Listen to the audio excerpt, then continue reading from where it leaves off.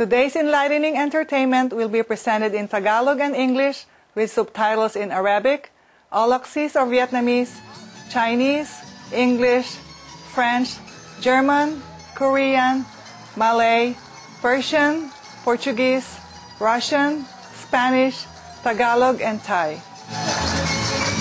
Hello, Supreme Master Television!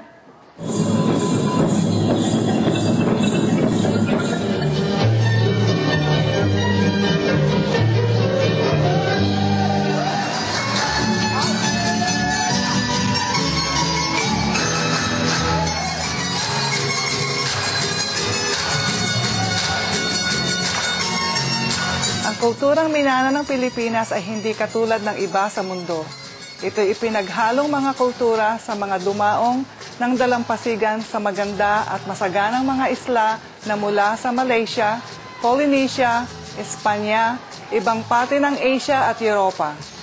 Ang Pilipinas ay bansang binubuo ng mga taong Katoliko, Romano, Muslim at iba't ibang pananampalataya.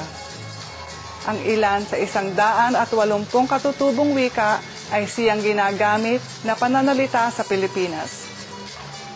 Katulad din ng mga sayaw sa Pilipinas ay iba-iba rin na makikita sa mga galaw at mga pananamit at ang kahulugan ng mga sayaw nito.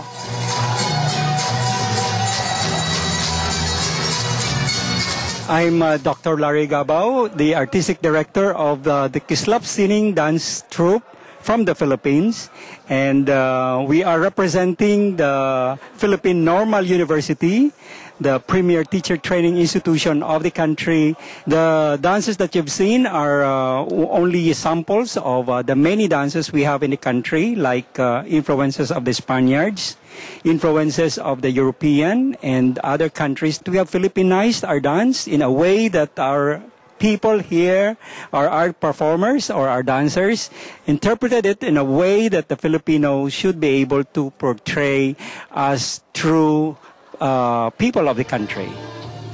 Ngayon ay maligaya naming ipapakita ang mga kahangahangang mga sayaw na itinatanghal ng Kislap Singing Dance Troupe ng marangal na Philippine Normal University.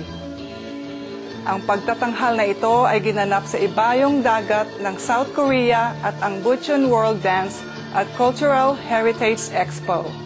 Ang unang sayaw ay tinatawag na Kadal Tadyo at mula sa Tibuli, mga katutubo mula sa gitnang Mindanao, ang pinakamalaki at bantang silangang isla ng Pilipinas.